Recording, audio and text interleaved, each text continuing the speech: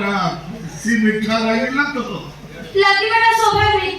तमे ए बयसरे जहा करिछो तमको तो भारत रत्न देबा କଥା ए भगवान भगवान किछि करि नांती आनंद मिश्र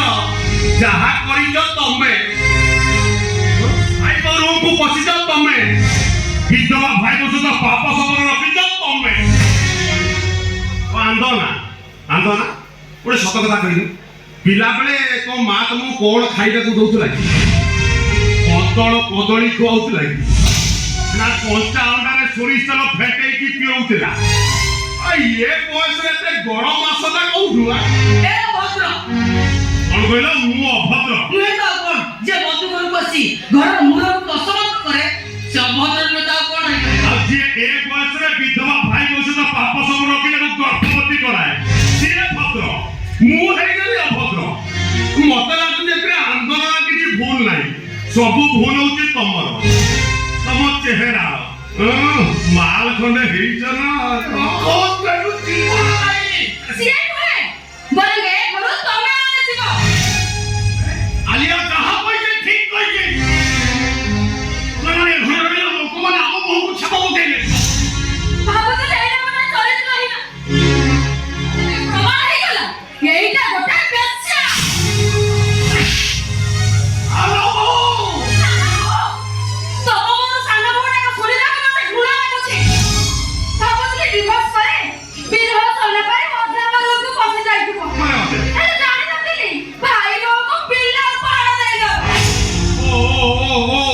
आंदोना ए टीवी रे पूरा कार्ड फटाई दउची आ मेडिकल फ्री रे टैबलेट मिलुची न तम गा आशा दीदी पाकु गरम देई जाता किछि बुझलनी ए बयस रे पेट फुलै जाला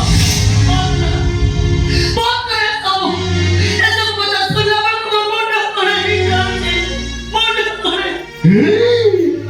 मुंडा कोन हे जाची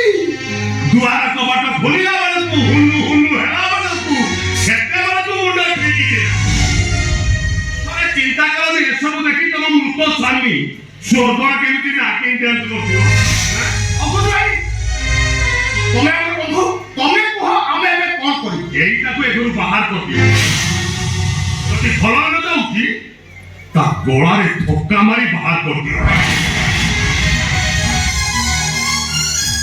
केतु जीवो ना गोड़ारे धोका खाइनो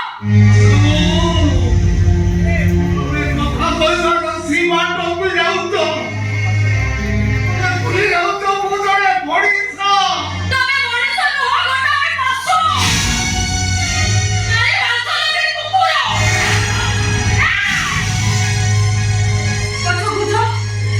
ପଛ ଘୁଞ୍ଚ ଆବେ ଘୁଞ୍ଚ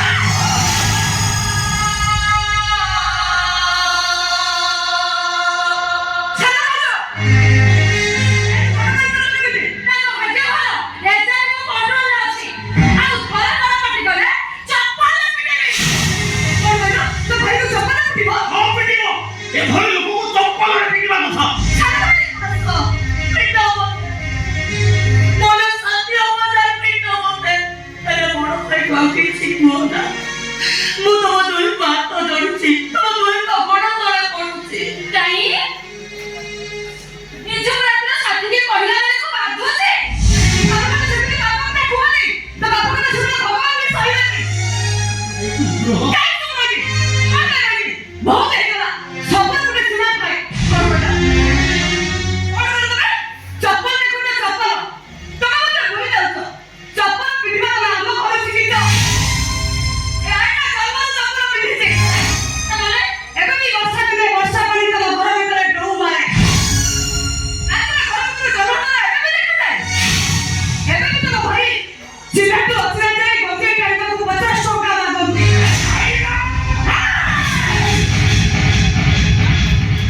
ଘରେ ମାରିଥିଲେ ଭାଇ ବୋଲି ଚୁପ୍ ରହିଥିଲେ ତସ୍ମିନ୍ ବାବୁର ହାତ ଉଠେଇ ଦେଇଥିଲା ସେଦିନ ବଡ଼ ଭାଇ ପାଇଁ ଶୋଇ ଯାଇଥିଲେ ଆଉ ଥରେ ସେ ଗୋରୁର ପୁନରାବୃତ୍ତି କରିବାକୁ ଚେଷ୍ଟା କରିଲେ ନହେଲେ